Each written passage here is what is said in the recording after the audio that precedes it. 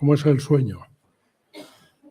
Todos dormimos, o al menos lo intentamos, pero no siempre somos conscientes de lo importante que es dormir bien para nuestra salud, nuestro ánimo y nuestra calidad de vida. Para ayudarnos a entenderlo, hoy contamos con el doctor Luis Rodríguez Pascual, una persona con enorme experiencia profesional y además con una gran vocación y gran capacidad de divulgación. El doctor Rodríguez Pascual todavía sigue en activo. Sabéis que las charlas que se dan habitualmente aquí, organizadas por la vocalía de jubilados, suelen ser con compañeros que ya se han jubilado, pero el doctor Rodríguez Pascual voluntariamente todavía sigue en activo.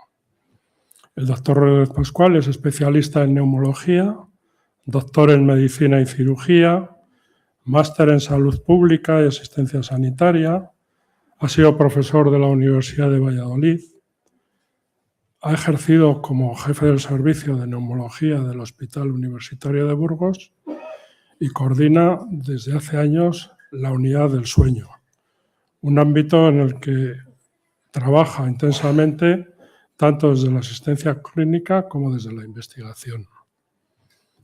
Es autor de numerosas publicaciones de libros y revistas científicas, pero hoy no viene a hablarnos desde los tecnicismos, sino desde la experiencia y el conocimiento acumulado durante toda una vida profesional dedicada a cuidar a las personas. Y permítanme añadirles algo personal. Además de un magnífico profesional, el doctor Rodríguez Pascual es una gran persona, algo que se nota cuando comparte lo que sabe con cercanía, con claridad y con sentido común. Estoy seguro de que esta charla nos va a hacer reflexionar sobre cómo dormimos, por qué dormimos mal a veces y qué podemos hacer para cuidar mejor nuestro sueño y con ello nuestra salud. Antes de terminar, quisiera agradecerle enormemente al doctor Rodríguez Pascual su generosidad al compartir hoy con nosotros su tiempo, su experiencia y su conocimiento. Y a todos ustedes su presencia y su interés por cuidar algo tan esencial como el sueño. Muchas gracias.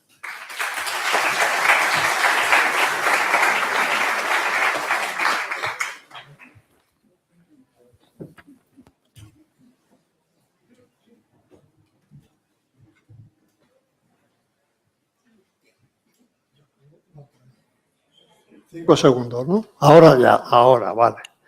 Bueno, vamos a ver. Vamos a hablar, no desde el punto de vista científico, aunque comentaré algunas cosas relacionadas con las patologías del sueño y en alguna haré un poquito más de hincapié, pero a modo general y con las nuevas cosas que se están haciendo en esta patología, porque aquí en Burgos estamos implantando cosas nuevas y diferentes proyectos de cara a esto. Hay alguno que no lo hay en toda Castilla y León todavía y se ha implantado hace 15 días y voy a comentar también algo de él, ¿eh? Así como vamos a explicar lo que es el sueño. Una parte muy importante que nunca se habla es de la cronobiología, es decir, cómo se integra el sueño en los diferentes ritmos del organismo, tanto fisiológicos como biológicos, etcétera. Cómo se interpreta un sueño, cómo es un sueño de calidad, cuáles son las medidas que hay que tomar y algunas recomendaciones que no vienen ahí que voy a comentar por la experiencia que vas teniendo y en función de la fisiología del organismo en las diferentes épocas de la vida, ¿eh? Y por fin hablaré un poco de la apnea del sueño, si queréis comentamos un poquito de los insomnios, que es muy frecuente, de las narcolesias, pero son pinceladas. Si luego tenéis alguna pregunta yo la puedo contestar, encantadísimo de ello, ¿eh? Bueno, en primer lugar os he puesto esto para hablar un poco de mitología. Ese es el dios griego Morfeo, que se representa en lo de los dioses griegos con alas, y Morfeo viene de la palabra griega Morfeo, que quiere decir forma. Este es el que da forma a los sueños. Bueno, esto es un breve inciso. Vamos a ver si se hace esto o pasarlo. Vale, muy bien. Entonces, ¿qué es el sueño? No sé dónde ponerme para que veáis mejor. Bueno, como veis, es una necesidad imprescindible. Los adultos, hablando de los adultos, luego comentaremos en las diferentes épocas de la vida, el número de horas que hay que dormir son determinadas y no hay que empastillarse para dormir más pastillas porque estropeamos todo. ¿Vale? En una fase adulta se duerme entre 7 o 9 horas, depende de la genética de cada persona, y sirve para una recuperación física del organismo, pero también de la mente. Por eso el sueño está muy relacionado también con las demencias, etc. Es decir, la mala calidad del sueño tiene connotaciones y que enfermedades neurológicas importantes relacionadas. Estoy hablando de demencia, Alzheimer, etc., más precoz de lo que tenía que ser. Correcto. Y una parte importante del sueño es la consolidación de la memoria. Ahí en los sueños, cuando empezamos a sintetizar la memoria, la metemos en un sitio que se llama el circuito límbico y ahí se almacena para que podamos ir recordando determinadas cosas.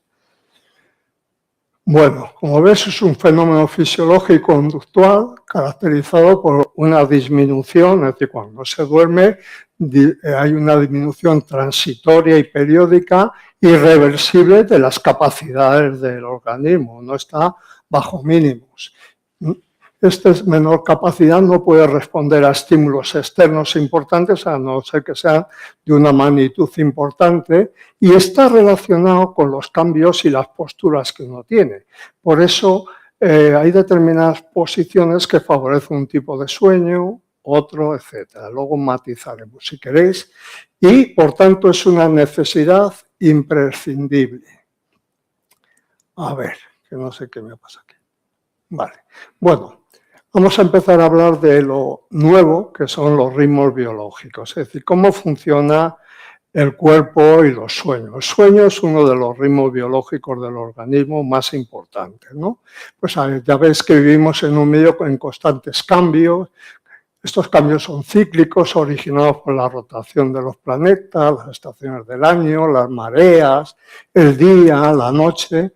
En consecuencia, todos los seres vivos estamos sometidos a estos cambios cíclicos de las funciones biológicas, de forma que el medio ambiente, lo que se llama captadores externos, impone una rutina a los seres vivos. Y eso tenemos ejemplos como la hibernación de los mamíferos, la migración de las aves, la floración de las plantas. Todo esto se llaman ritmos biológicos. Y esos ocurren en el organismo. Luego veremos qué ritmos hay en el cuerpo, cuando entra uno, cuando entra otro, para qué sirve uno y para qué sirve otro. A ver. Esto.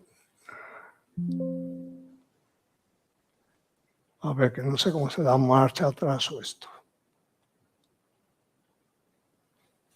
Esto no se está activando, pero bueno. Ya veía yo que lo del vídeo no iba a funcionar, pues no funciona nunca. Bueno, esto es un vídeo para que veáis en función de las horas cómo esa planta va cambiando, las hojas se van abriendo, cerrando. Una cosa que es muy frecuente que se veía en Castilla y León son los dondiegos, que de día y de noche van cambiando en función de la estimulación. Pues esto es lo que queríamos poner ahí. Bueno, hoy aquí me está amputando parte de la presentación. En la parte de arriba. Ahora estamos. Da para atrás, a ver si se activa el vídeo. Sí que se activa, pícale. Abajo en la flecha. Cuando sale, lesmua. Es que se había quedado fuera. Ahora, das al principio a la flecha, que no sé cómo se hace. ¿Esto del centro para qué es? No se puede reproducir. Bueno, vale. Pasamos. Venga, entonces, estos ritmos biológicos son oscilaciones de los parámetros biológicos que dependen, todos tenemos en el cerebro un reloj interno. Y ese reloj endógeno hace que se está sincronizado por estímulos externos ambientales y hace que se activen diferentes funciones del organismo. La cronobiología es la ciencia que estudia qué pasa con esos ritmos y como el ritmo más importante es el sueño, se ha implicado mucho en este tipo de ciencia, ¿no?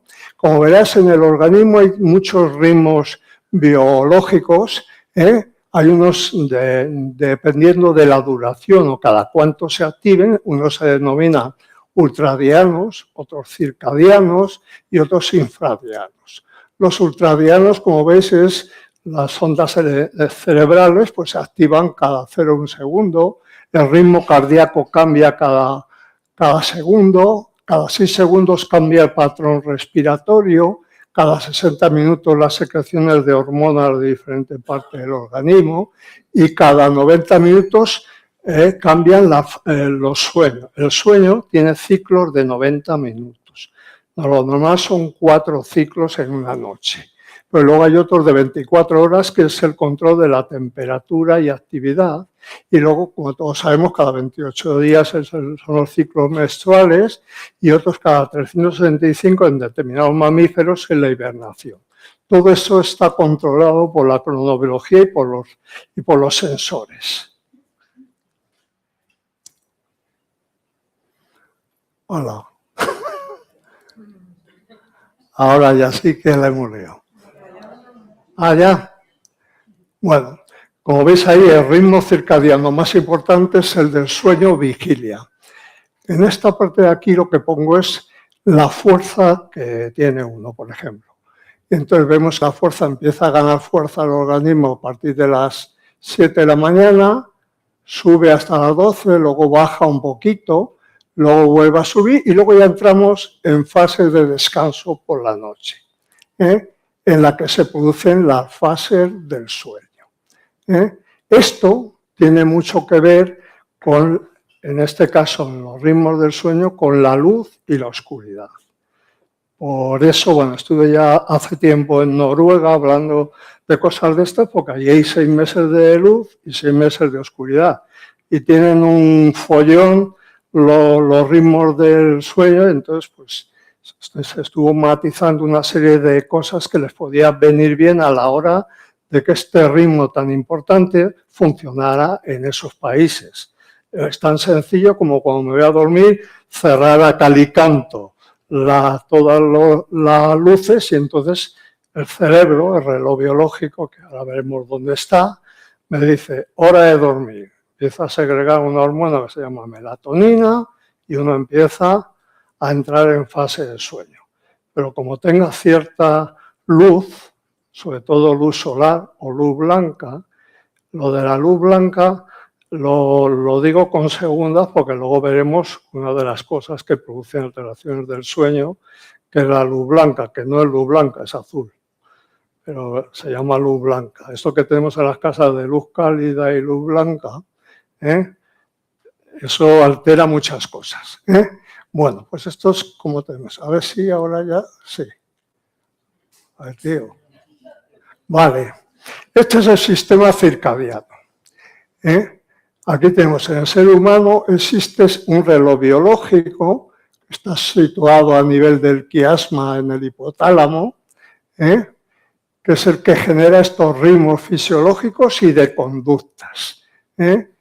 Y nuestro ritmo circadiano principal, como vemos, es el sueño. O sea, que tiene un estimulador externo o un sincronizador externo que manda una señal a nuestro reloj biológico y él hace que se genere unos ritmos, que ahora veremos cuáles son los principales, si lo sé hacer ahora. Muy bien. Aquí tenemos cómo funciona todo esto en el organismo, ¿vale? Tenemos unos sincronizadores externos, es decir, unos estímulos externos que van a mandar la señal al núcleo que habíamos visto antes, ¿no? Al reloj biológico, que es el marcapasos central. Entonces, unos son de conductas sociales, otros son de ejercicio, Otros son la luz-oscuridad, que es el principal en el organismo, y la alimentación. Todo esto manda unas señales para ver qué hormonas tengo que segregar, cómo tengo que tener la acidez del estómago, cómo tengo que tener el ritmo cardíaco, etcétera, etcétera. Vale, este centro, bien directamente a través, sobre todo la melatonina, da origen a unas salidas o a través de lo que se llama osciladores periféricos. Están mediados por una serie de sustancias como son los corticoides y actividad del sistema nervioso simpático y parasimpático. Eso es una de las partes del sistema nervioso. Mandan al corazón unas órdenes, a los riñones, al hígado, y todo esto va generando cambios sueño-vigilia, cuando tengo que tener más actividad para hacer ejercicio, cuáles son las secreciones de hormonas de crecimiento, de hormonas sexuales, de todas las cosas, ¿vale? La temperatura corporal, todos sabemos que ponemos el termómetro, sobre todo por las tardes, que es cuando más temperatura tiene, para ver si tiene fiebre alguien. Pues también, ahora veremos cómo es el ciclo de la temperatura, también por eso a las 6 de la tarde es cuando uno tiene la temperatura más alta, por eso vemos, y por eso se ponía, vamos a ponerlo a las 6 de la tarde a ver si tengo fiebre. Bueno, luego también los ritmos cardiovasculares. ¿Qué pasa por la noche? Bajan los ritmos, baja el gasto cardíaco, bajan muchas cosas porque el organismo está descansando para reponer energías para el día siguiente. Y la actividad alimentaria.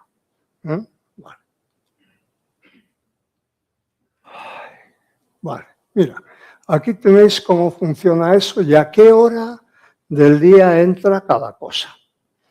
Vamos a empezar, uno se levanta a las 7:30, que es la hormona del sueño, que es la melatonina, luego tendremos otro esquema que se ve mejor cómo va, se empieza a producir a las 9 de la noche y desaparece a esa hora.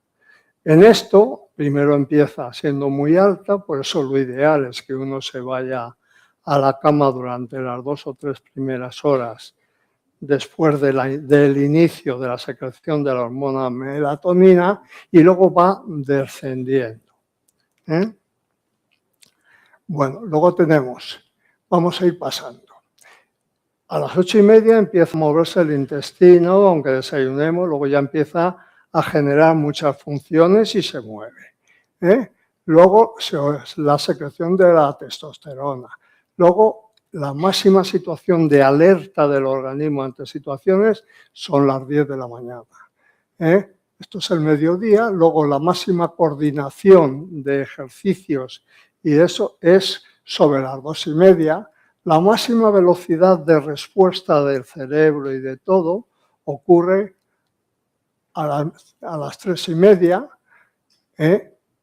A las 5, la máxima eficiencia del sistema cardiovascular. Normalmente uno a esas horas, sobre todo en España, está haciendo las digestiones, etcétera, y necesita mucha más carga de energía, mucho más bombeo y mucha más capacidad de tener oxígeno para metabolizar las cosas. La máxima tensión sanguínea a las 6:30. La máxima temperatura corporal, pues ponemos el termómetro entre las 6 y las 7. Aquí es cuando se empieza a segregar melatonina. Ya son las 9, el sol se ha ido quitando, va entrando la noche y el organismo dice, voy a empezar a segregar hormona para ver si me voy durmiendo para mi reparación física y psicológica.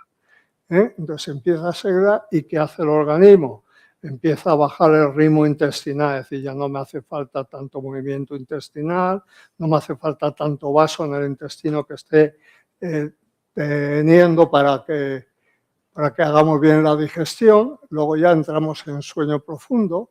La mínima temperatura del organismo ocurre a las 4:30 y a las 6 ocurre un salto de presión sanguínea. Esto es una parte muy importante que no entendíamos hasta que uno empieza a mirar por qué todos los infartos, las arritmias cardíacas y muchas cosas relacionadas con el corazón ocurrían por la noche y ocurrían entre las 4 y las 6 de la mañana, 6:30. y sobre todo si tienes una patología del sueño asociado que dispara esto. Se pone en marcha el sistema simpático y la secreción de hormona de cortisol, y eso hace que suba la tensión, suba la frecuencia cardíaca, y como tengamos alguna alteración, alguna apnea, alguna hipohipoxia, alguna enfermedad como EPOC, asma, diabetes, etcétera, etcétera, puede dar ahí el salto. Por eso, cuando uno mira esta cosa, dice, ya entiendo por qué por la noche es cuando ocurre las cosas estas graves, ¿vale? A ver si pasamos. Pues me está costando esto, ¿eh? Es que no sé dónde tengo que apuntar a todo esto. Ahí, vale. Hay que apuntar ahí, ya lo he pillado. Venga, entonces ahí vemos, esto es un ejemplo de los diferentes elementos un poco más resumidos que lo que pasa. Aquí tenemos, vamos a hablar primero de la melatonina. La melatonina es alta por la noche y al llegar por la mañana a la hora de 6, son las 6:30, 7, empieza a desaparecer. Con lo cual dice, ya me puedo despertar, que ya es hora de despertarse. Y vuelve a activarse a las 9 de la noche. ¿Qué pasa con el cortisol, que es el elemento este que dispara muchas cosas junto con el sistema simpático autónomo? Pues por la noche es bajo. ¿Por qué es bajo por la noche? Porque por la noche tenemos que recuperar los tejidos, osificamos los huesos, etc. Y esto, os habéis oído hablar de los corticoides que producen osteoporosis, etc. Los corticoides son derivados de esto. Entonces, por la noche esto baja para que el organismo se regenere y sintetice esas cosas para las células, etc. Bueno, la fuerza muscular ya la habéis visto, que empiezas, es máxima a la 1 así, y baja. Y luego la tensión arterial, perdón, esto es la temperatura, vemos que la máxima temperatura es sobre las 7 o las 8, y está la tensión arterial, ¿vale? Y todo esto va dependiendo de las actividades del organismo. Ah, ya lo he conseguido, no, pero ahora no. A ver, ahí. Bueno, esto es un poco el resumen, ¿no? Para que veáis, es parecido al otro, un poco más resumido, porque el otro he puesto por horas, pero es lo mismo. Eso de la presión es por el cortisol, eso que os decía, el salto ese. Por eso también, una de las cosas que hay que hacer en medicina y procurar hacer en medicina es cuando uno toma corticoides, debe estar asociados a cuando la hormona tiene más cantidad en el organismo, porque es menos dañina, porque no vuelve loco al reloj biológico, y eso es por la mañana. Por la mañana es el momento ideal para tomar esas sustancias que se utilizan en muchos tipos de enfermedades, porque se acopla a los niveles de cortisol y no haces una doble onda por administración externa, ¿no? Bueno, si algo no entendéis me lo preguntáis, ¿eh? Volvemos. Vale. Bueno, entonces vamos a empezar ya con alteraciones. Cuando se altera este reloj se habla de cronodisrupción. Es una alteración del orden temporal de los ritmos circadianos. Se altera el tiempo en el que entran los diferentes ciclos, ¿no? Hay unos trastornos propios del sitio central, del marcapaso central o de esas entradas periféricas. Y esto se ve en las demencias, daños neurológicos, la diabetes, la insuficiencia cardíaca, el EPOC y muchas enfermedades, ¿vale? Luego hay otros debidos a una situación inadecuada de estos estimuladores externos, como es la deficiente exposición a la luz, es lo que os decía de los países nórdicos. Se pasan 6 meses en la oscuridad, pues tienen un follón ahí montado en su reloj biológico importante. Bueno, y luego los trabajos a turnos y el jet lag, eso que vas a hacer un viaje en avión y vas de un sitio a otro y va el sol, va adelantándose o atrasándose y empieza a marearse el reloj biológico que luego tarda una semana. Por eso, bueno, yo voy a decir una cosa que no me parece bien, lo de los cambios horarios. Esto, las personas se tiran como mínimo una semana hasta que vuelven a sincronizar cosas. Eso si eres joven. Si tienes más de, como tenemos, por ejemplo yo, más de 50 años, no voy a decir cuántos, pues eso no es una semana, te pasas 10 o 15 días. ¿Vale? Bueno, pero como veis, esa alteración de esos ritmos tiene incidencia de muchas enfermedades, síndromes metabólicos, obesidad, diabetes, etc. Enfermedades cardiovasculares, estoy hablando de infartos, accidentes cerebrovasculares, arritmias, hipertensión arterial, deterioro cognitivo, ¿vale? Trastornos afectivos, alteraciones del sueño y desde hace un par de años sabemos que las alteraciones del sueño están relacionadas con muchos cánceres. Y con otra cosa que os voy a dar de novedad que no se sabe mucho de ello luego. Bien.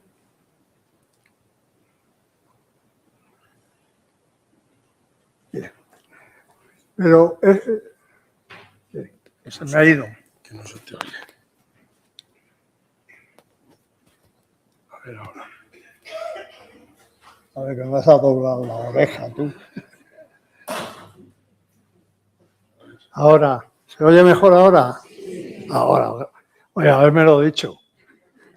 Bueno, hay una cosa que se llama retraso y adelante de fase, vamos aquí y luego hablaremos de países como España. A ver, normalmente como tenéis ahí, los jóvenes tienden a dormirse más tarde de lo normal. Se llama retraso de fase. Es decir, que si yo me toca dormir a las 11, me duermo a la 1. Mientras que las personas mayores tienen un adelanto de fase, se duermen antes. ¿Vale? Eso es normal. Y esto es una alteración que cuando alguien cambia hábitos, etcétera, por eso en las normas de higiene hay que decir, la hora de acostarse es esta, más o menos poco. Pero uno no puede quedarse hasta las 2 de la mañana viendo la televisión, y haciendo porque despendolas todo. ¿Vale? Bueno, pues esto es muy difícil de tratar. Yo, algunos pacientes que tenemos con un retraso de fase, pues no solo me dedico a los problemas respiratorios, también llevo los neuromusculares y alguna patología. Esto es ir acoplando a la gente a su reloj biológico. Cuesta mucho, cuesta tiempo. Y yo les digo, a ver, adelanta la hora de acostarte un cuarto de hora en una semana o 15 días y un cuarto de hora. Y así vas a meterla en el rango. Pero esta vez se tarda años en volver a entrar en el rango. Pero si vemos las consecuencias, como hemos comentado antes, que tiene esto, yo creo que es importante. ¿Vale? Vale. Uno de los sitios, esto lo quería poner porque los que vivimos en los hospitales, las UBI, las habitaciones, llevamos a personas mayores, a nuestros padres, etcétera, y todos se demencian, etcétera. El por qué viene porque hay ruido constante, no puedo conciliar el sueño, hay cuidados médicos, me tomo la tensión, me tomo la temperatura, etcétera, etcétera. Hay muy poca luz en los sitios, por eso lo ideal es que haya luz al exterior, etcétera. Por eso esto es más grave en las UBIs, por ejemplo. Vale. Y la constante exposición a la luz blanca, que realmente es luz azul. Y yo voy a decir lo que es la luz blanca para que veáis en las normas de higiene del sueño cómo es importante esto. Una de las normas es que no se va la luz blanca, luz azul, que se llama blanca. Sabéis que cuando uno compra una bombilla dice cálida o de luz blanca. Las ideales son las cálidas. Pues para que se ve más con la luz blanca. Vale. Pero la luz blanca, si tú te vas a la cama, lo tienen los móviles, las pantallas de ordenador, las televisiones. Luego eso es de pecado mortal cuando uno se va a la cama. ¿Vale? Y eso es un hábito muy extendido en la población. ¿Vale? Entonces, ¿qué producen todas esas alteraciones a nivel hospitalario? Pues trastornos del sueño, se desorientan, que esa desorientación, cuando todos tenemos padres ingresados, bueno, yo ya no tengo porque se murieron, pero cuando iba les trataba, les tienes que ir orientando. Los familiares tienen que decir, ¿sabes qué día soy, qué día no soy? Es decir, esto es una cosa muy importante a estas personas mayores para situarlas en el día, en el momento y en el lugar. Como no se haga, empezamos a irnos y todo empeora. Bueno, también tiene consecuencias cardiovasculares y empeoramiento de las... Vale. Eso ahora ya en algunos hospitales se está montando en las UBI, sobre todo que es el sitio que más ocurre, se está cambiando esta luz blanca por otro tipo de ruidos y se hace todas estas pruebas que se les hace de la temperatura, de todo, se acopla a unos determinados horarios para procurar hacer una mejor estructura de todo el sueño. Vale. Bueno, vamos a hablar ahora ya de la estructura del sueño, que las fases del sueño, cómo lo medimos, cuáles son los consejos y los efectos que producen esto. La forma de medir el sueño es mediante la polisomnografía. Aunque sea una palabra muy así, lo único que es esto que pone a uno cables que te miden las ondas electroencefalogramas, te miden los movimientos de los ojos, te miden los movimientos de los músculos mentonianos, te miden cómo respiras, te miden el corazón, te miden cómo va el diafragma, si tienes contracciones o no, cómo se mueve. Con eso sabemos qué es lo que pasa por la noche y podemos detectar los problemas donde se pueden atajar.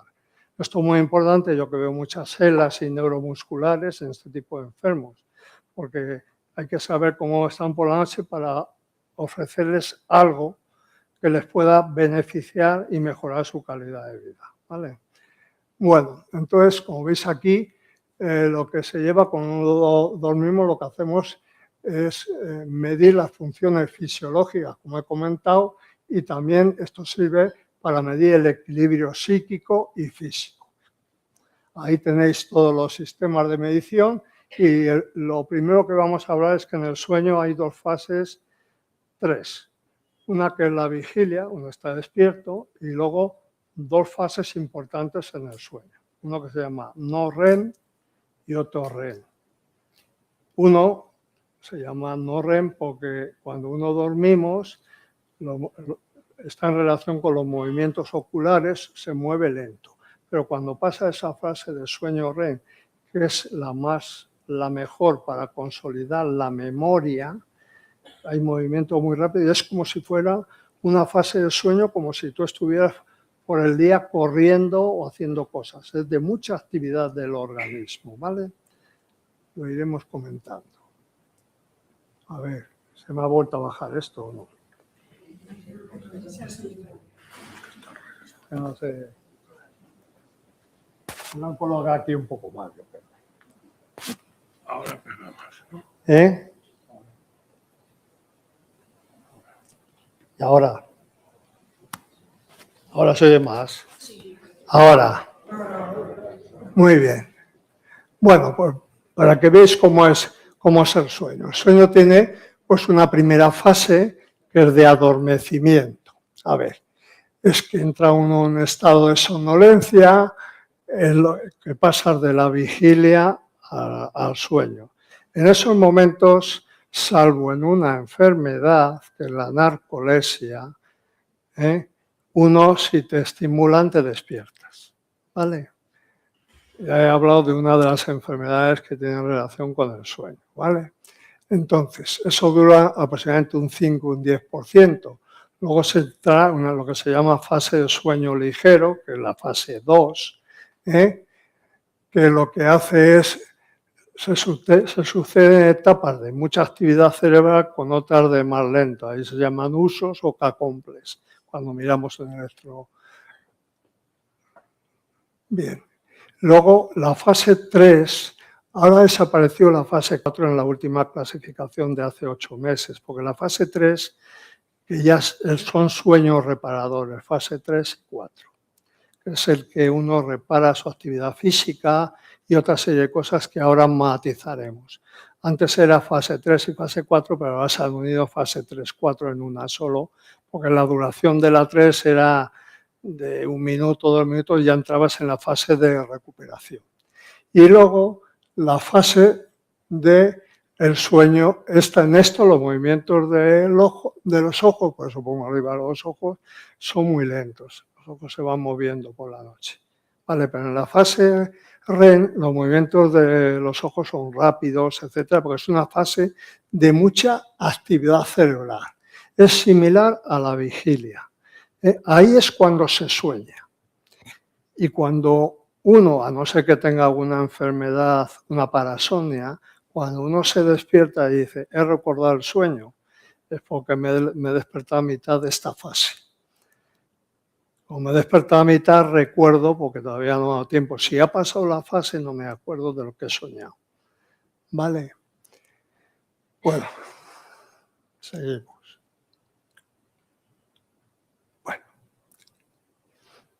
Bueno, entonces hay un sueño, el sueño profundo, es decir, las fases 3 y 4 ocurren sobre todo en las primeras partes de la noche. Mientras que las fases que sueña, pues uno sueña a última hora de la noche, ocurren al final de la noche. Entonces, el sueño se compone de 4 ciclos, habitualmente de 90 minutos, en lo que uno va pasando por diferentes fases, fase REM, luego veremos una estructura para que veáis esto. Entonces, ahí esto va a colación de otra cosa. Normalmente una persona adulta tiene que dormir entre 6 y 8 horas. Pero claro, esto no es igual en los niños ni en los ancianos. En los niños, todos los que tenemos niños pequeños o esto, al principio duermen 20 y tantas horas, a medida que uno va avanzando en la edad llegan a los 18 años y lo ideal son 8 horas, y luego desde los 20, 22 años hasta los 55, así, lo normal es eso. Luego ya a partir de entonces los ciclos son más aproximados a los 4. O sea que lo normal en una persona mayor es que duerma entre 5 y 6 horas, que con eso le sobra para reparar el organismo. ¿Qué es lo que estamos haciendo mal? Pues que la gente dice, joder, es que son las 6 de la mañana, ¿qué hago? Entonces, y se empastillan para alargar esto. Esto es una trampa mortal porque ocurren muchísimos trastornos del ritmo cardíaco, lo otro. O sea que hay que tener cuidado. Y además los medicamentos no están exentos de muchos efectos secundarios. Algunos de los que se están utilizando, y eso lo he vivido en mi propio cuerpo, yo nunca he tenido sonambulismo. Y bueno, cuando se murió mi mujer me dio unas pastillitas. Como vivía solo no me enteraba, pero vino mi hija a casa y me dice, oye, que da miedo, que te levantas por la noche, te vas al sillón, te pones a fregar los platos, digo, leches. Y eso lo da un medicamento que es el Zolpidem, que es un medicamento muy bueno, pero hay que vigilar cuando se pone porque un 10% de la gente le ocurre, tienen sonambulismo. Y esto es peligroso porque el sonambulismo lo que hay que tener es cuidado de que uno no se vaya de casa, etcétera, etcétera.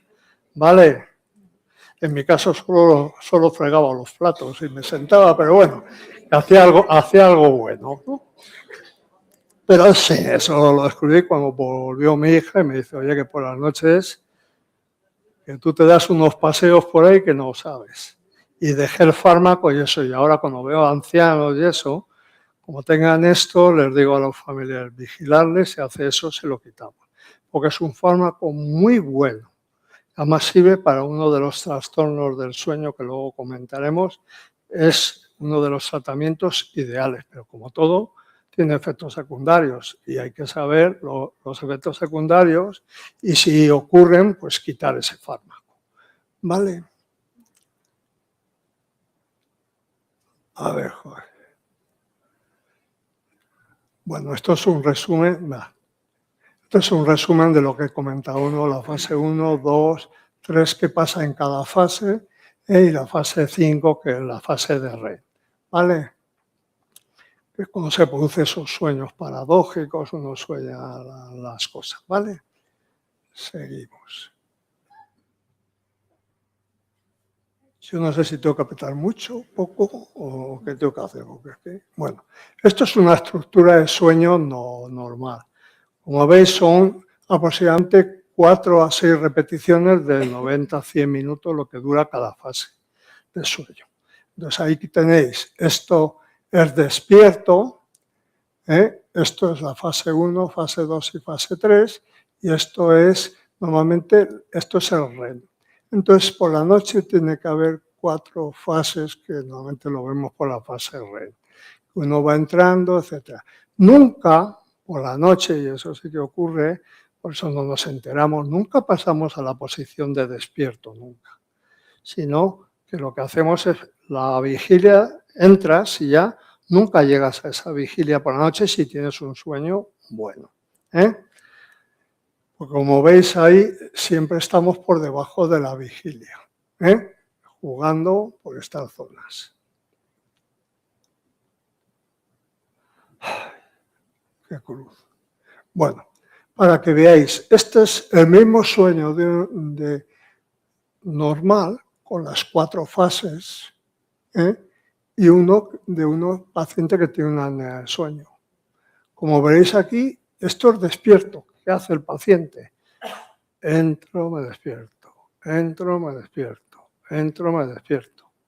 ¿Vale? Con lo cual, su sueño es una porquería y esto es lo que condiciona los infartos. Por ejemplo, la apnea del sueño está relacionada con factores cardiovasculares, infartos, trombosis, arritmias e hipertensión. También está relacionado con la diabetes. También está asociado con el aumento de los lípidos y los colesteroles.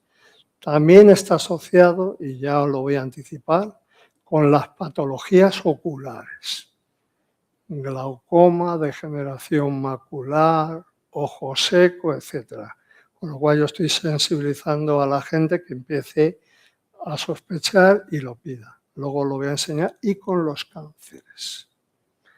¿Por qué? Porque cuando ocurre esto, el organismo lo que hace es baja el oxígeno en el cuerpo, luego lo veremos, se produce una hipoxia, y esa hipoxia genera lo que se llama radicales, que activan las células cancerosas, ¿vale?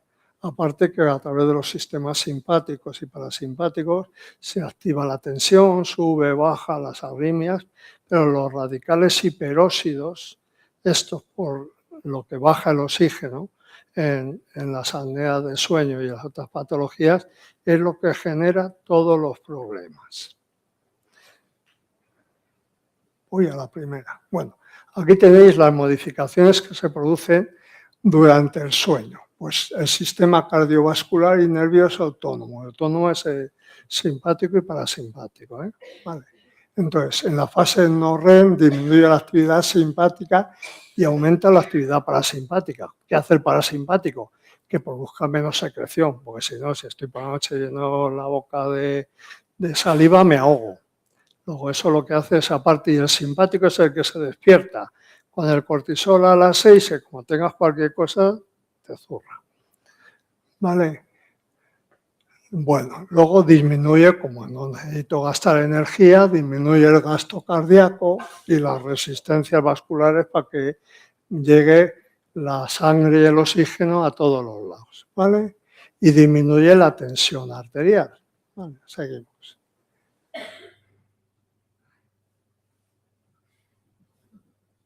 Bueno, también se produce eso que os comentaba. Aquí hay una cosa importante que se asocia mucho ahí. Mira, durante la noche, y esto ocurre entre las 3 y las 4 de la mañana, el esfínter esofágico superior se abre, se relaja. Como tengas algún problema de reflujo o acidez, haces el reflujo por la noche. Por eso algunas personas se ahogan porque les vienen los ácidos a la boca por la noche. Ocurre porque tengo una enfermedad gástrica y al llegar esta hora sube. Y también porque hay un ritmo circadiano de cuando se produce más, por la noche se deja de producir más ácidos, pero justo a esas horas se empieza a producirse más para estar para el día siguiente. Bueno, joder. Bueno, esto es el sistema renal, que muchas veces se levanta uno a orinar por la noche y muchas veces cuando pones el tratamiento no es un problema de próstata, sino es un problema de que no has dormido bien. A ver, tío, vamos. Ánimo. Vale, macho. Ahora, vale, ya, sí, ahí voy. Venga, funciones del sueño. Luego, la principal es el descanso, ¿vale? Seguimos. Vale. Bueno, como veis, el sueño es esencial para la vida y es la base de numerosas funciones, como he dicho antes. Se utiliza para reparar los tejidos. Por la noche es cuando se reparan los tejidos del organismo. El crecimiento de los niños, de las células, etc. ¿Por qué uno crece cuando tiene fiebre en los niños? Bueno, luego lo comentamos. La consolidación de la memoria y el aprendizaje de cosas que ha hecho durante el día. Muchos de esta cosa que ocurre en las personas mayores, que es el déficit de atención debido a la edad, de que se te olvidan las cosas, tiene relación con la mala calidad del sueño. Y eso se consigue aprender a evitar esas situaciones. O sea que eso se puede hacer. Mejorar, vamos.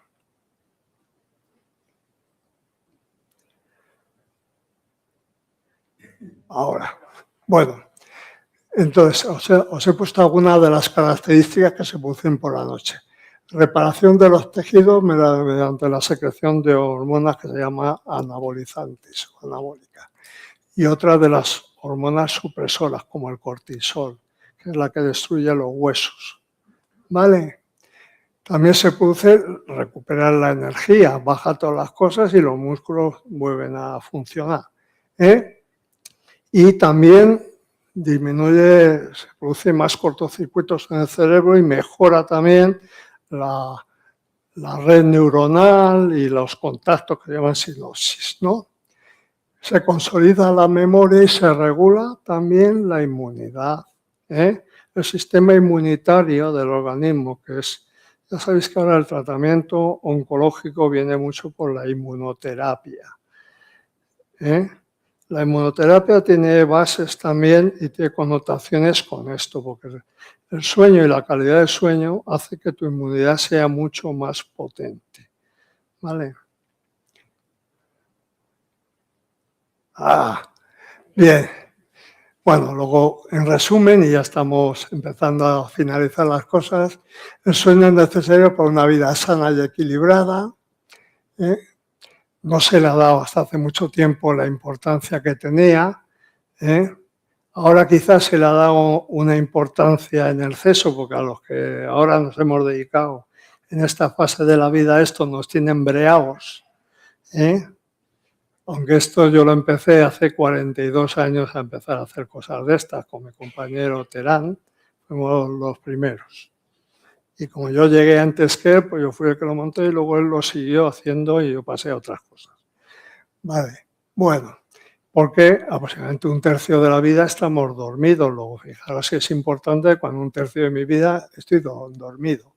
Y es necesario para el equilibrio físico y psicológico. La falta de sueño también se asocia a depresiones. Por eso en la depresión hay que tener muy controlado esto, por eso se les da pastillas para dormir, para tratar de reparar la calidad del sueño, para mejorar la depresión. Y muchas veces, cuando uno tiene una apnea del sueño, y vamos a centrarnos ya en la que corresponde al aparato respiratorio, el tratamiento de la apnea del sueño mejora la depresión de los pacientes, sobre todo mujeres, porque la depresión es más frecuente en mujeres. Así como antes me preguntaba uno que si es igual el sueño en el hombre y en la mujer. Bueno, no es lo mismo. Por eso hay algún test que utilizamos que es válido para los hombres y menos válido para las mujeres. También ocurre una serie de cambios hormonales en la mujer, etcétera, etcétera, que hace que sus estructuras del sueño puedan cambiar. O sea que es parecido casi todo, pero hay matizaciones, ¿vale? Bueno, para que veáis es importante el sueño, pues la falta de sueño se está relacionado con lo que antes he comentado, enfermedades cardiovasculares, infartos, arritmias, hipertensión, obesidad, diabetes, y a corto plazo con cansancio, falta de concentración, somnolencia y mayor riesgo laborales y accidentes de tráfico. A ver, esto voy a lo siguiente. En una de las charlas que di a los médicos de empresa me parece inadmisible porque estoy viendo cantidad de conductores, de camiones, de trenes y de transportistas, etcétera, con esto. Y se lo dije bien claro a los médicos de empresa, estos deberían tenerlo chequeado. ¿Qué me has hecho? No, es que no se va en esta, ¿no? No, ahora, bueno, que esto, por eso cuando me he hecho cargo de esta unidad ya en mi última fase de mi vida, he priorizado esto porque ellos se matan y nos matan. Con lo cual hay retraso en dar las informaciones, pero es que estoy colando a estas personas porque me parece que es lo que debo hacer. Y a los médicos de empresa les digo eso. También hay que tener en cuenta una cosa, que el tener una apnea del sueño y no estar tratado, las compañías de seguros de accidentes de tráfico, como se enteren, no pagan. Que hay que tener cuidadito con las cosas. Y luego, lo siguiente, que ya me ha llamado la atención, la Dirección General de Tráfico en un manifiesto, como tengas tienes un accidente y pides algo y no estás tratado, es homicidio involuntario. O sea, que estamos hablando de que el conducir con enfermedades de estas, ojo si no te tratas. ¿Vale? No hay problemas para renovar el carnet de conducir, Porque vas, lo dices, te dan, si estás en tratamiento se te da un certificado y no hay ningún problema a ningún nivel, ¿vale? Pero esto quería decirlo porque es que ves cosas, vas por la carretera, que yo alguna vez he ido con mi hija, y dice, ¿por qué estás adelantando ese tráiler a toda leche? Digo, porque está dormido y va haciendo así y nos va a llevar de calle a todos, O sea que hay que tener mucho cuidado con las cosas. Y conductores de autobuses, así, ahora menos ya, pero era horroroso esto. Bueno, esto es lo nuevo, para que veáis que el ojo y todas estas alteraciones tienen relación también con la hipoxia que se produce como consecuencia de la enfermedad del sueño, de la apnea del sueño, y por las descargas del sistema simpático como consecuencia de la bajada del oxígeno. Pues para que veáis todo eso, y bueno, aquí he sensibilizado un poquito más a los oftalmólogos, no sé, y se ha hecho una de las primeras comunicaciones que hay publicadas en cosas de oftalmología aquí en Burgos, ¿vale? Bueno, entonces, consecuencias, y ya vamos finalizando, del mal descanso son la fatiga, la falta de energía, dificultad para hablar, disminución del tiempo de reacción ante las determinadas cosas, aumento del estrés, de la ansiedad, mal humor, irritabilidad, falta de concentración y disminución de la creatividad. A ver, voy.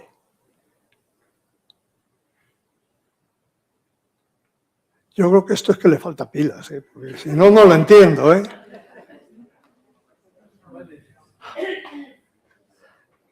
¿Qué cruz?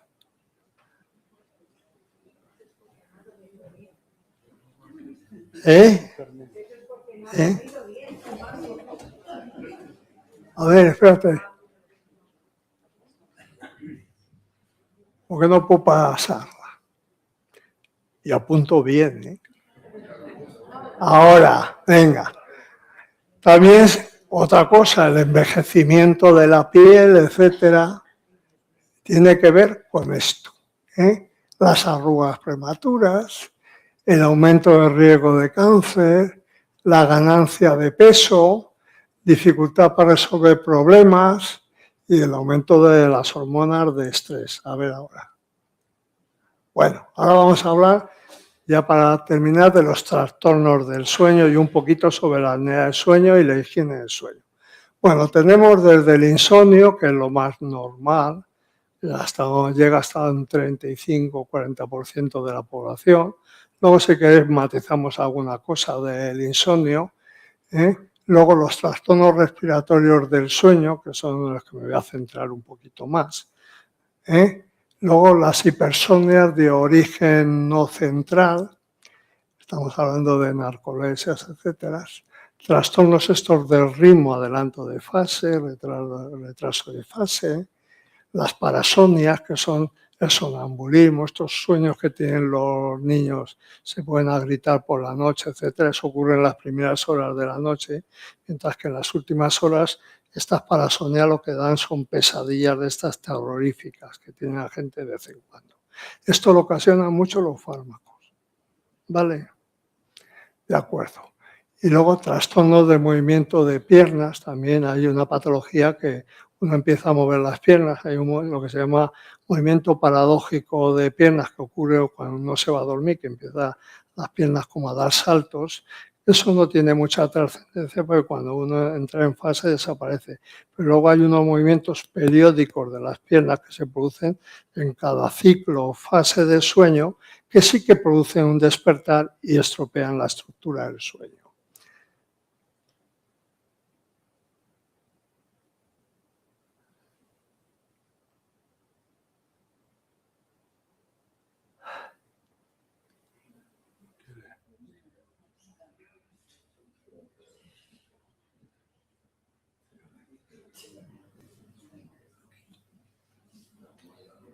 Que no nos hace caso.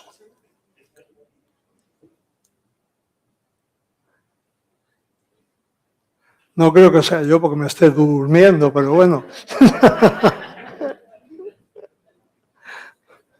A ver, Lola, ha hecho una mano aquí. Sí, pero es que en cuanto le quiero dar no pasa. No pasa, en que estamos en trastorno. En este, pues que voy a cerrar este se cierra y es este, trastornos. Espera, no, que los hay, que no se ve ahora en casa.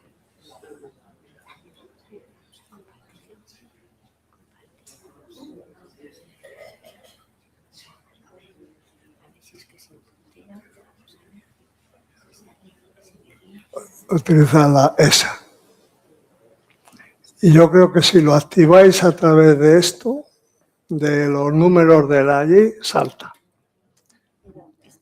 Porque mira. Bueno, ahora se ha puesto a ir corriendo. Bueno, entonces, no sé si está en la última o hay otra antes. Vale, sí. Ya se nos volvió.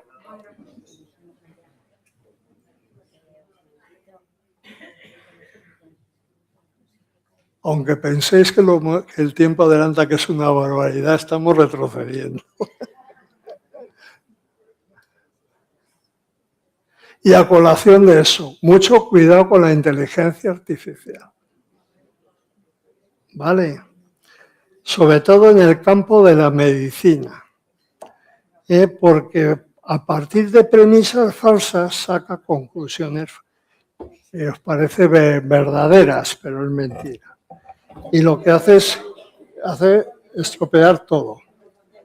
A ver, ¿qué? ¿Paso? ¿Intento? Vale. Ala, encima, ahora me pasa de más. ¡Hala!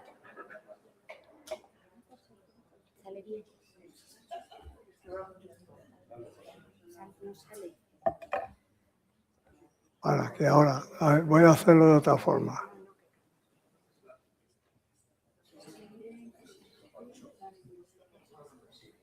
Le cambió las pilas.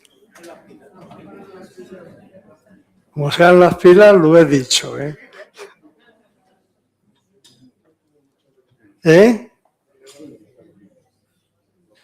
Doy, a ver. Ahora, pues yo creo que son las pilas, pero bueno. Las causas de apnea del sueño, vale. Garganta estrecha, el maxilar infección, hay que mirar, tanto el maxilar retrotraído como muy prominente altera el paso, vale. La forma del paladar.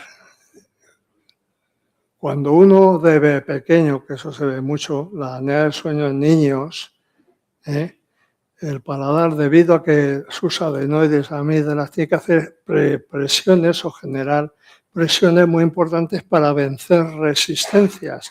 Y como no está formado todavía el paladar ni los huesos, se transforman en paladares ojivales, que de mayor producen estrechamiento a nivel de la faringe, ¿vale? El tamaño de la lengua. Hay gente que tiene la lengua muy grande, las macroglosias, que también se asocian a algunas enfermedades, etcétera, que hace que pase el aire mal por la faringe, las amígdalas y los adenoides. Esto es más frecuente en niños. Por eso en el niño hay que vigilarle. Y la apnea del sueño de niños tiene algunas diferencias. Son niños hiperactivos, que por la noche hay que verles cómo respiran, hacen mucho esfuerzo torácico para vencer la resistencia, y es que estos, si se les opera de adenoides y amígdalas, se curan. Luego es la única forma de que esto se cure, con lo cual hay que verlo, ¿vale? Y luego el más importante dentro de eso es la obesidad y el sobrepeso. Esto está relacionado en más de un 60% con la apnea del sueño. Cuando empezamos en esto, que no había CPAP ni las máquinas de ahora, el único tratamiento era la cirugía bariátrica. Entonces se les operaba, bajaban peso, porque el peso lo que hace es que se acumula aquí y se acumula en el cuello y cierra las vías respiratorias. Luego el tratamiento, y ahora no se concibe en el tratamiento integral de la apnea del sueño, poner un tratamiento si no se pierde peso. Y ya sabes que ahora hay tratamientos también que van con inyecciones, etcétera, etcétera. Y que van bien, depende de la carga genética, pero en el 80% van bien. Esto tengo que ir a Salamanca a hablarlo dentro de una semana, o sea que me lo he estudiado también. El dormir boca arriba. A ver, ¿por qué ocurre esto? Porque la faringe tiene una anatomía en la cual, cuando uno duerme boca arriba, los músculos no logran mantener el espacio abierto y se cae para abajo y se cierra. Por eso se producen apneas. Esto se debe al músculo que se llama genigloso. Por eso uno de los tratamientos, que a lo mejor lo habéis oído en la televisión ahora, que se está haciendo en el Hospital del Mar y se está empezando a hacer, son unos electroestimuladores sobre ese músculo para mantenerlo abierto. Eso sí que va con inteligencia artificial, ¿vale?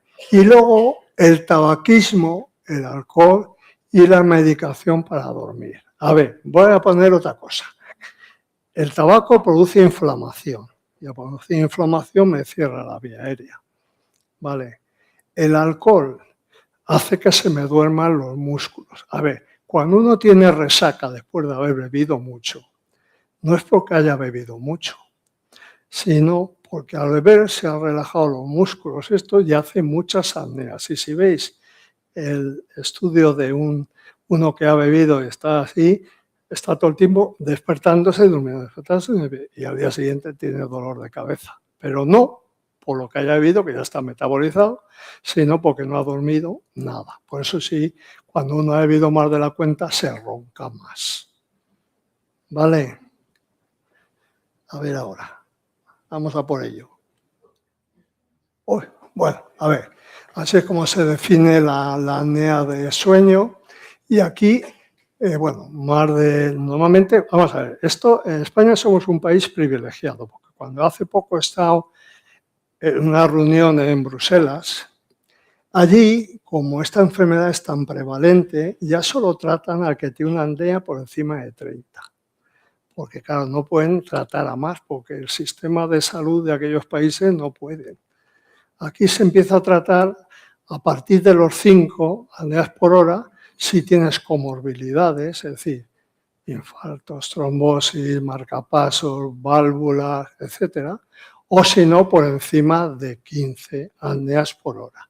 Todos nos paramos de respirar aproximadamente entre 5 y 8 veces por hora. Entonces, esto aumenta con la edad. Por eso los estudios que se están haciendo ahora es que, por ejemplo, una persona con 70 años o 75, 80, no son 5, lo mínimo, son 8 o 9, porque eso va con la edad y el envejecimiento. ¿Vale? Entonces, lo más característico de la enfermedad del sueño es los ronquidos, ¿vale? Que es lo que más te agradecen cuando pones el tratamiento, a la pareja me refiero. Luego, la somnolencia durante el día y en el caso más grave es conduciendo.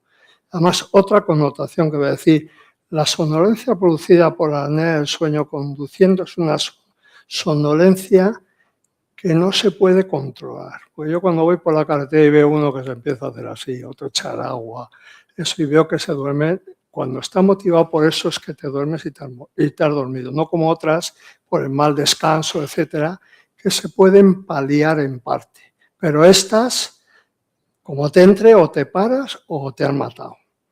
¿Vale? O sea que es mejor pararse 10 minutos en una gasolinera o lo que sea y ya está.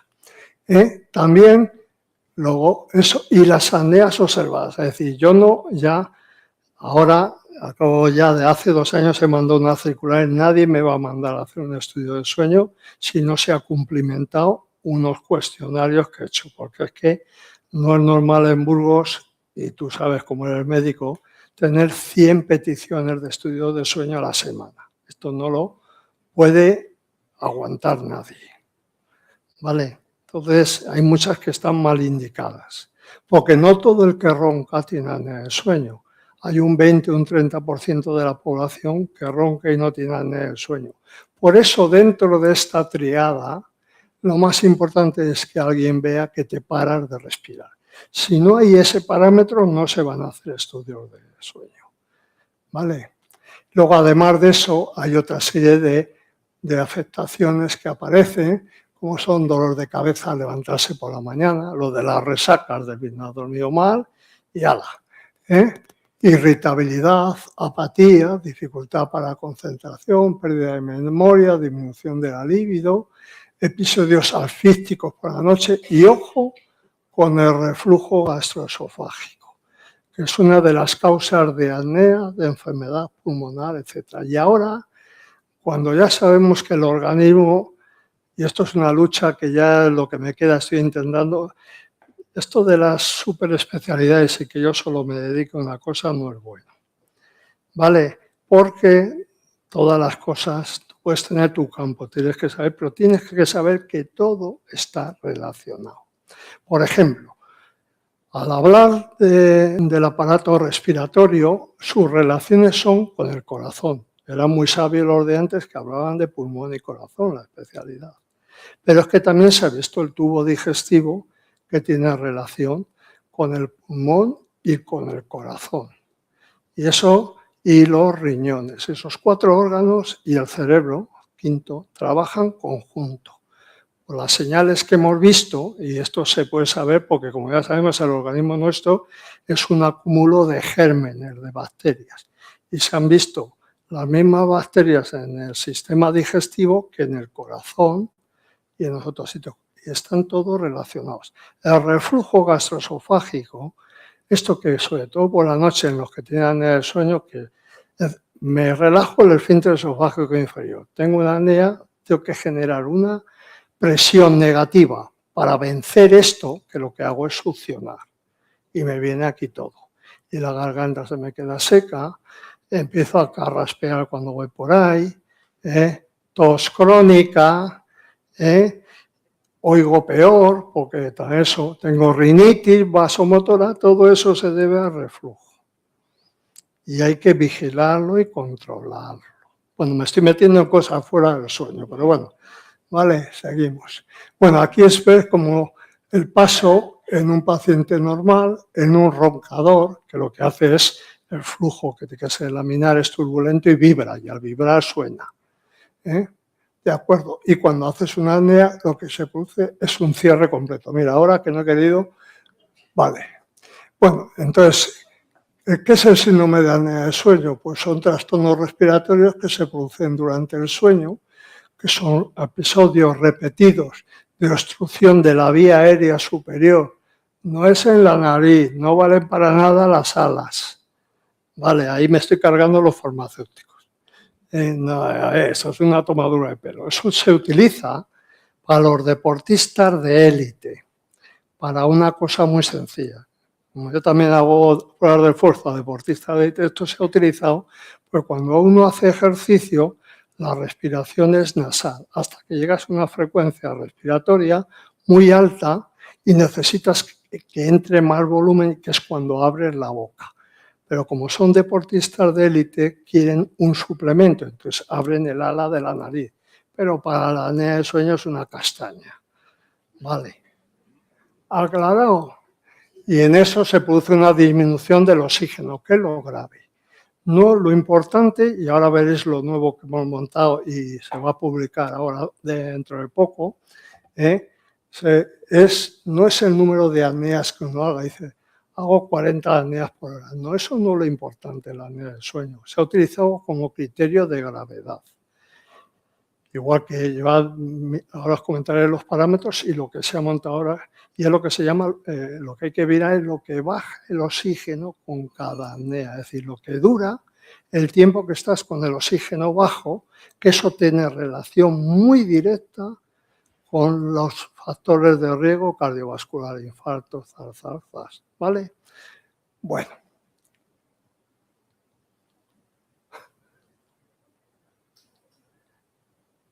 Macho. Anda. Bueno, aquí tenéis cómo se ve unas apneas. Bueno, esos son todos los estudios de aquí, de la cabeza, los ojos. Esto es el mentón para ver cómo funciona el músculo.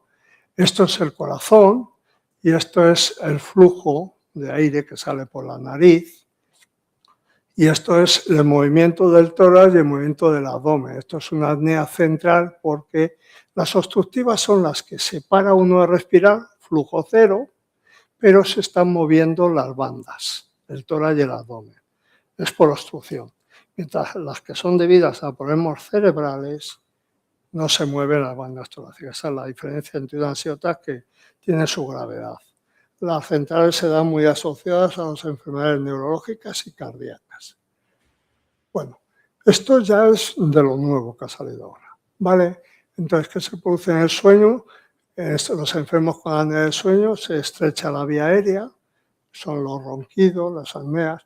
Esto hace que generes un esfuerzo para tratar de vencer esa limitación, pero el esfuerzo, al meter más presión en el tórax, que hace los vasos se colapsan, llega menos riego a los sitios y se produce disminución del retorno venoso al corazón, con menos salida de sangre al organismo, se produce la bajada del oxígeno, que es lo que tiene relación con la gravedad y todas esas cosas, con los cánceres, etcétera, etcétera, y se produce un enlentecimiento. Si encima que tenemos el corazón apretado le hacemos que vaya más lento, pues vamos apañados, ¿vale?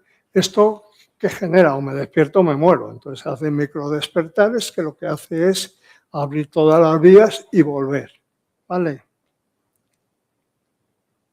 Muy bien, esto también es nuevo. Antes solo se hablaba en la apnea del sueño de factores anatómicos, como era la obesidad, obstrucción nasal, lo que os he puesto antes, hipertrofia, malformaciones del paladar, anomalías, pero ahora se ha visto que hay algo más que produce esto. Y son lo que se llaman factores no anatómicos. Es decir, esto que os hablaba del músculo y del nervio genigloso, ya se ve que hay gente que tiene, sobre todo enfermos neuromusculares, que tienen alteración de esto. Y esto produce apnea, pero no es por lo clásico. Entonces, esto se pueden poner electroestimuladores. Vale, bajo umbral de despertar. Es decir, uno que en cuanto bajas de una cosa te despierta, con lo cual el sueño se fragmenta. Ahí es donde está indicado el fármaco el zolpidem. ¿Vale? Vale. Y luego hay inestabilidad también de ese centro que tenemos. En el cerebro tenemos aquí a nivel de la protuberancia el centro respiratorio que manda unas señales a los receptores J del pulmón para que inflen y se desinflen. Pues eso también puede estar alterado y hay unos estimuladores centrales. Tú has conocido la coramina, ¿eh? Pues fíjate que ahora se vuelve a retomar eso para esto. Esto se ponía hace muchísimos años, como cuando uno se paraba y no sabías qué poner, le ponías de todo, claro. Entonces se le ponía coramina, que no sabíamos para qué servía, pues estimula el centro respiratorio y sirve para estos que se llaman este tipo de apnea de sueño. Y luego a todo esto hay una carga genética, porque he visto que hay familias que tienen todos esto. Bueno, los síntomas habituales son la hipersomnia, las pausas, el ronquido, deterioro intelectual, lo que hemos comentado, sequedad bucal, cefaleas matutinas, y esto lo he puesto aparte que por la sequedad bucal. La sequedad bucal se asocia a reflujo gastroesofágico y hay que buscarlo y verlo, porque a lo mejor, y lo que se está haciendo es poner a los sistemas de presión positivo ahora humidificadores para que tratar de esa sequedad. Cosa que como este estudio que estoy haciendo me salga bien, lo retiro de toda Europa, porque estoy pillando una cantidad de bichos en estos recipientes impresionantes, porque igual que empiezan eso, aunque lo limpien muy bien, donde hay agua, hay bichos. ¿Entiendes? Y muchos ya son patógenos los que estoy pillando. ¿Entiendes? Entonces eso, pero también es porque estos aparatos hay que tener una adecuada higiene de los aparatos. Las mascarillas, que ahora veremos, hay que limpiarlas cada día, los tubos cada semana, los receptores de los humidificadores todos los días, y esto no se hace. Entonces, bueno, estoy contando más cosas de las que debía, pero bueno. Esto es como se mide la gravedad, por el número de apneas, lo que baja del 90%, que como sabéis es la saturación mínima, un test de somnolencia, la masa corporal, que es impresionante. Esto, yo ahora todos hago varias cosas, y ahí voy a decir lo siguiente. A partir de los 50 años, nunca se puede dormir tumbado. Hay que dormir siempre con la cabecera de la cama levantada, por lo siguiente. Esto tiene que ver con la fisiología respiratoria y la mecánica respiratoria. Uno, cuando se va haciendo mayor, va perdiendo masa muscular, va colgando los brazos, va perdiendo músculo, etcétera, etcétera. Y entonces, cuando uno se tumba, el pulmón es un fuelle movido por músculos. Si yo me tumbo y tengo algo de tripa, ¿qué hace la tripa? ¡Zas! Y el fuelle es este. Si me incorporo, baja el diafragma y mi fuelle es este. Con lo cual, oxigeno mejor, lavo mejor el carbónico. Evito las arritmias cardíacas, evito el reflujo. Es decir, millones de cosas con una medida que es de educación sanitaria. ¿Vale? Es importantísimo. Por ahora yo, aunque ponga máquinas a todos, les obligo, y sobre todo que yo veo mucho neuromuscular, para ellos es vital. Pues si no tengo fuerza muscular y encima me echo toda la tripa, pues esto no hay forma. ¿Vale? Bueno, y luego los factores de riesgo cardiovascular. Y aquí, esto es lo nuevo que hemos metido ahora. Somos los únicos de Castilla y León que tenemos esto, que es la carga hipóxica. Esto me dice que puedo tener 40, 50, 60 apneas, pero si tengo, a veces esas apneas son momentáneas, no baja el oxígeno mucho tiempo. Pero si baja mucho tiempo, es lo que me indica que voy a tener un infarto, una trombosis, etcétera, etcétera, etcétera. Antes se hacía con lo que se llamaba el CTI 90, las veces que estabas por debajo del 90%, pero esas veces a veces eran momentáneas. O hay enfermedades respiratorias como el EPOC y el asma que tienen ese marcador por debajo del 90% alto, pero porque tiene una enfermedad respiratoria. Pero cuando le mido el área del tiempo que está y la gravedad de la profundidad, que mediante esto puedo separar de lo que es debido de la apnea a lo que es debido de la enfermedad respiratoria, con lo cual optimizamos el tratamiento. ¿Vale? Bueno, ahora ya vamos a tratamiento y ya terminamos. Vale. Hay que quitarse las preocupaciones por la noche, no echarse una carrera ni esto que se veía antes en la película, que me voy a hacer footing por la noche, pues es un poco malo. Por ejemplo, porque antes de irse a la cama, eso, evitar sustancias, alcohol, etcétera, etcétera, antes de irse a la cama. Y bueno, otra serie de circunstancias, de sonidos en la cama para dormir. Bloquear ruidos. El ruido hace que te mantenga el sistema activado. La luz cálida, no la luz fría. ¿Vale? A ver, vamos a hablar de una cosa de aquí. Algunos de los enfermos que estoy pillando que se me controla mal la apnea del sueño, no sé si me estoy alargando mucho, veo que el problema lo tienen, que digo, joder, no entiendo porque este paciente está bien tratado, eso, y sin embargo no está controlado. Y son las siestas. La siesta hay que tener cuidado. Si digo que los enfermos que tienen apnea del sueño tienen que dormir con la cabecera de la cama levantada y se me echan una siesta tumbado y de 2 horas, me han estropeado todo el tratamiento de todo el día. La siesta se come cuando es de larga duración 2 horas de sueño de noche. Con lo cual, si me echo una siesta, luego por la noche, joder, estoy aquí y no hay forma. Los chinos, que son muy listos, en un trabajo de hace poquito, están para mejorar el rendimiento, ya habéis visto cómo van los ritmos de fuerza y eso, que sube mucho y luego baja, les obligan a echarse una siesta, que es lo ideal, de 20 minutos todos los días en las fábricas, con despertador y sentados. Y luego rinden el doble. ¿Vale?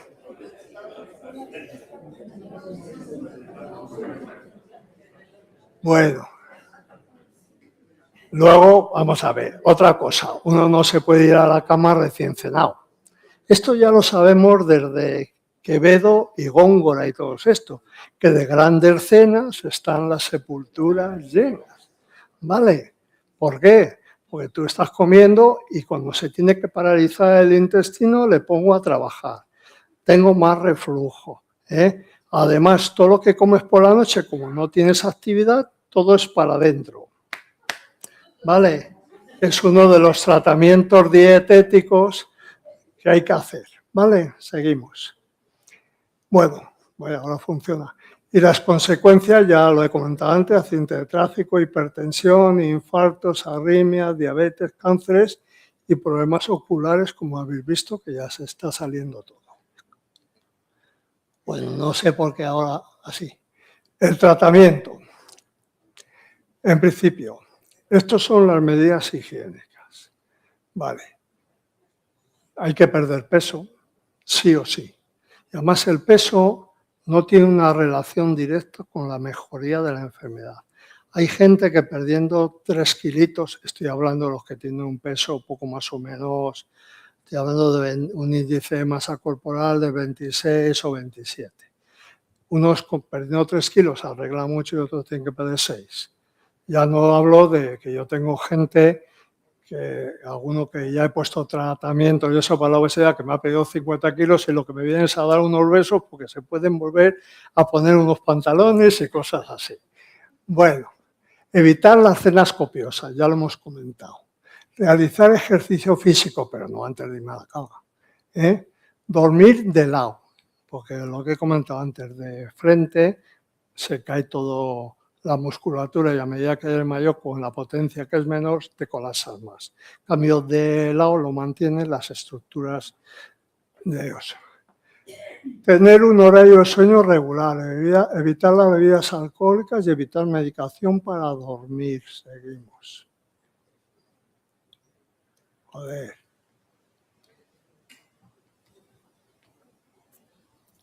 Vale, los tratamientos hay cirugías, hay unas cosas modernas ahora que incluso no hay que poner la máquina en unos grados de índice de apnea, que son los dispositivos de adelantamiento mandibular, y otros que se tira de la lengua, bueno, es otro dispositivo que esto lo hacen los endodoncistas, etcétera, pero haciéndolo bien y controlado, pero son en los casos de apneas leves, moderadas o con alteraciones de la morfología de la cara.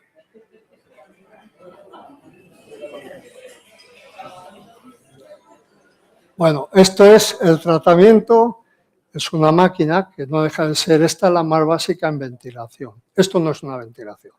Esto es un compresor neumático que lo que hace es meter una presión por la nariz que lo que hace es evitar que se produzca la apnea y al no cerrarse la vía aérea entra el oxígeno y no roncas y no baja el oxígeno. No haces apneas, ¿vale? El tratamiento de todo esto mientras que se activa tiene que ser individualizado. No me vale poner una máquina, sino que nosotros ahora en la unidad tenemos personal que viene, le va probando las diferentes mascarillas que hay, las diferentes tubuladuras, las diferentes máquinas. Y ahora las máquinas que tenemos aquí las controlamos por wifi. Ya no hay que venir cada semana a ajustarlas, sino que por wifi sabemos si haces apnea, si la mascarilla está funcionando bien, el número de horas que hace, menos las cuentas del banco, todo. A ver, vamos, hijo. Estos son todos los tipos de mascarilla y muchos más, ¿eh? Qué cruz. Vale, así es como hay que hacerlo. Se conecta, se enchufa, se pone la mascarilla, se pone 2 almohadas para dormir o una cama así, ¿eh?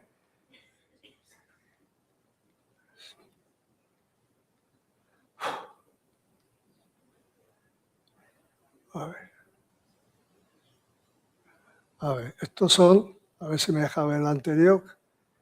Ay, Dios mío.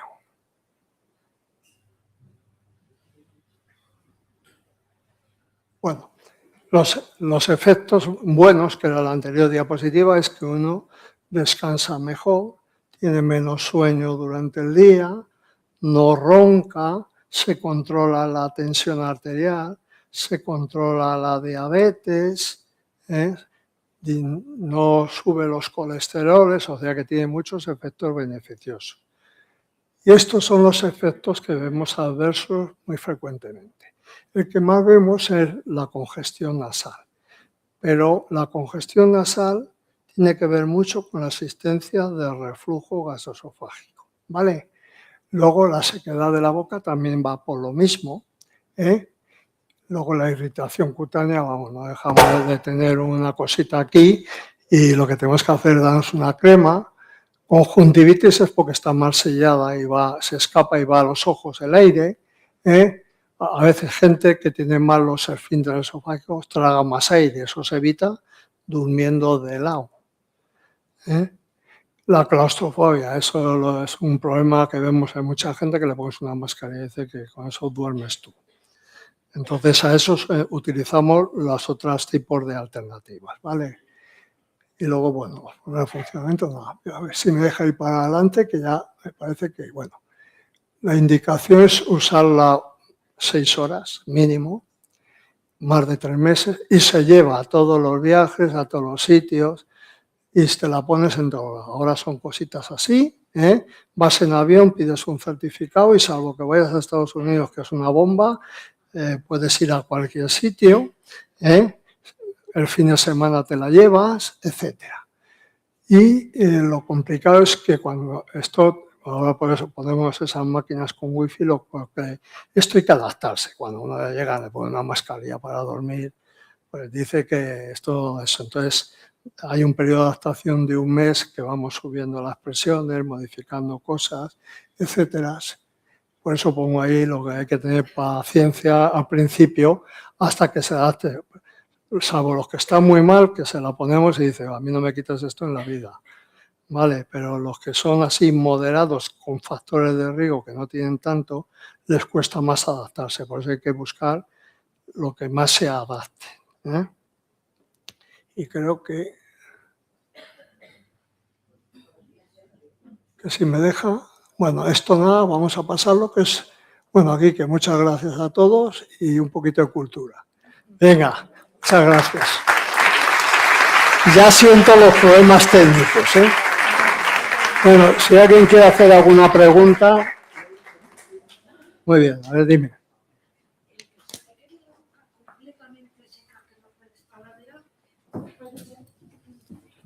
Puede ser que puede ser porque tenga reflujo gastroesofágico, hay que mirártelo.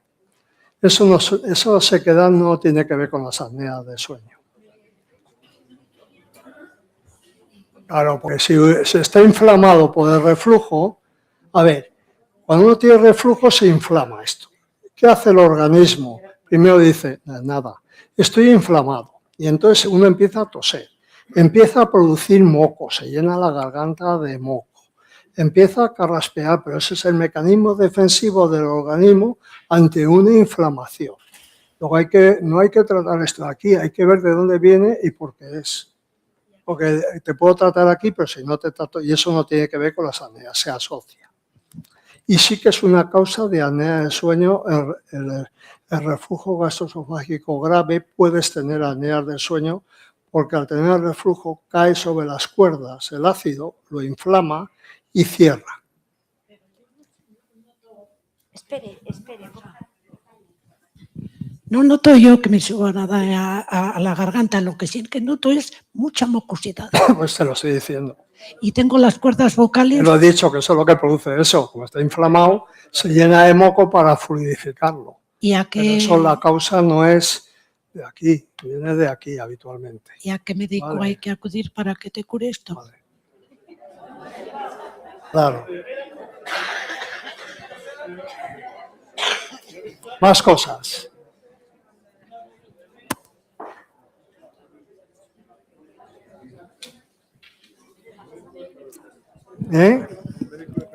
Sí. Hola. Buenos días. Buenas tardes. Buenas tardes. Mi pregunta va relacionada con el deporte. Sí. A ver, yo siempre he oído que hacer deporte es bueno para todo y tal, pero sí que me ha parecido oír que por la tarde no es lo mismo hacerlo a las 5 que a las 8. Claro. Digo 2 horas antes de acostarse. Es decir, hay gente, cuando uno ve en las películas, cuando ya es de noche, se van a correr por ahí. El deporte es bueno, pero no en 1 hora o 2 horas antes de irte a dormir. ¿Vale? A ver, lo único que está demostrado en medicina es que el ejercicio físico aumenta los años y la calidad de vida. Luego, el deporte es fundamental. ¿Vale? Y el deporte no me vale un día, sino que el deporte deben ser como mínimo 3-4 días a la semana, continuado y de unos 45 minutos andando. En la rehabilitación respiratoria, que también doy a ese palo, la gente se va a andar, es bueno. Pero el cuerpo no solo hay que rehabilitar las extremidades. Con las extremidades mejoramos, las extremidades inferiores y el corazón, que hacemos que se acompase para alimentar esas necesidades que genera el ejercicio. Hay que hacer ejercicios de brazos siempre. El ejercicio completo viene con ejercicios de extremidades superiores y ejercicios de andar o extremidades inferiores. Eso es lo ideal. Y eso es lo que sí que ha demostrado años de vida.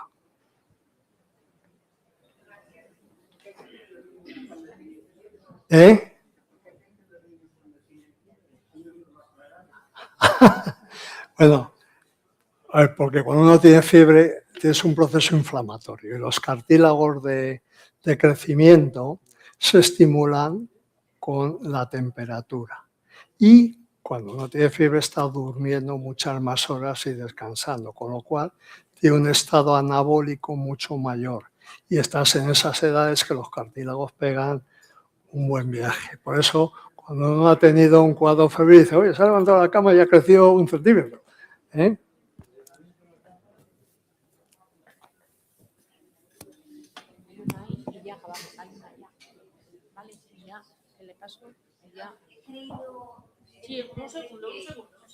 Espera que tenemos esto porque yo también, si no, yo también tengo lo de la previacusia ya. Hola. Me ha Dime. parecido entender que es mejor dormir de lado. Sí, ¿Hay algún lado que sea mejor dormir? no. ¿Alguna Eso de cosa? que el corazón está a un lado y eso no tiene nada que ver. Es mejor dormir de lado y dormir con la cabecera de la cama levantada. ¿Vale?